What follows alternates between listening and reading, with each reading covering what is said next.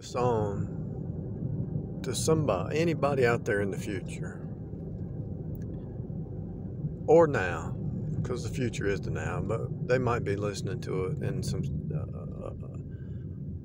yearly cycles down the road. Notice down the road is still the same road. It's still the same path. It's just down the road a little bit. Time is just like down the road a little bit. It's still the same road. You just go down the road. There's an episode in Star Trek that shows the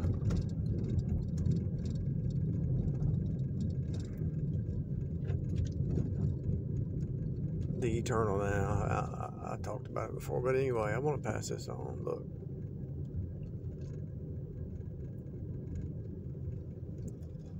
The Bible talks about setting your affections above and not on things below, right? The cares of this life are not our concern. Russia war, none of it. Not even the free speech. Nothing down here is really our concern. Our only concern is giving out the good news that Jesus alone saves. And so what happens is when you really sell out to that, when you really sell out to figuring out what this place is really about, and you're sold out to winning souls, even if it's just one. You're sold out to pulling people out of Babylon, even if it's just one. You're pulling people out of Babylon. When you sell out to that, okay, so you already sold out to that. Your loyalty is not this place anymore. Your loyalty is not. If they fire you, you just go get another job. You don't care. If you have to leave your city, you go move to another city. You don't care. If they get you out of the country, you move to another country. You just don't care, because this place is not your home. No matter where you go, you're still just giving out the good news that Jesus alone saves. And so when your loyalty is not down here, see, he says, set your affections above, not below, because the cares of this life, there's in one of the Gospels, he says, some seed goes on the ground and it chokes, the cares of this life choke that seed. I've seen it my whole life. People don't keep going for the truth because of the cares of this life. And if you drop back down into the cares of this life, but you've already sold out to the cares above, this life don't matter, and you've already sold out to that truth, then the two don't meet. How can two walk together except they be in agreement? You can't be tied to two worlds. You can't yoke up with two sides. You're yoked to either one or the other one. Now, this is the trap. This is the trap of the box system.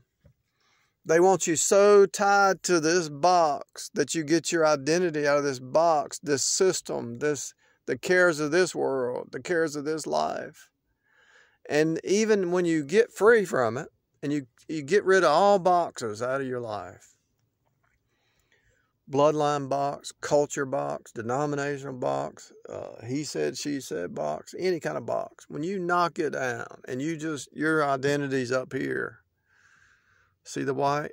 Righteousness of Christ. See the red? The blood of Jesus.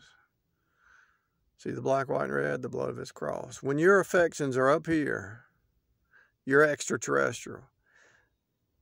And if the system's trying to pull you back down, or you try to go back down, it's not even the system. You think you can go back down. You've sold out to this up here, and you think you can have the cares of this life again and you can't do it. It's impossible. You'll be miserable. You know how you're miserable down here, then you get saved and you're happy. Well, if you try to go back to Babylon, and I don't mean it in a bad way. Some things are good. I mean, some things are good, but it's not perfect. In other words, what I'm saying is, Just because somebody's doing something or has some kind of duty, role, responsibility, whatever it is, that's fine. Each person has their different abilities to balance things out. When you have the cares of this life, I mean, down here, and then you give all that up, you say, I'm done. You set your affections above, totally. I'm not saying you're perfect. But when you set your affections above, and you try to come back, it's like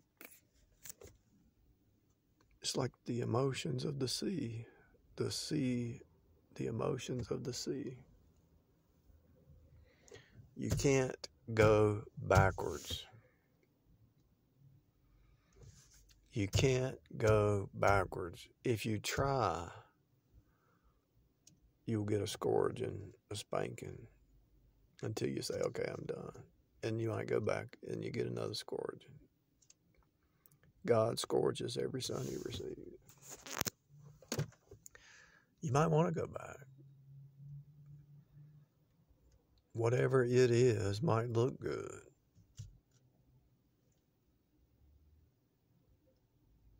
And it might not be a bad thing. It might not be something that's bad, but if you've already sold out to this, how can you go back to this? You're extraterrestrial. If you're extraterrestrial, how can the affairs of this world even hold your attention for long? You can try, but a double-minded man's unstable in all his ways, right? I hope somebody can hear what I'm saying. I'm not being mean. I'm not saying that something's better than something else, or I'm not saying if you're tied to this place that you're bad. The whole purpose of truth is to teach you how to love, right? And so if you've got love, you got the greatest gift. God's love and the love for his saints and his church and his truth, that's the greatest love. But if you got earthly love, that's fine. But you're going to have trouble. It's going to be trouble. Why do you think there's so many divorces? If you got born-again saints that love you or you love them, you got it made, to be honest with you. How many people die, their spouse dies, and they die a year later when there's so much more to do because they were closed, they were in a box. I hate to tell you that. And people can talk about, oh, it's a love story. That's fine, it's a love story, but God's love stories, look at that. See that?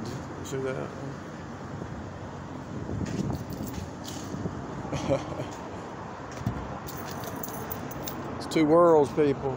There's two worlds hidden in plain view.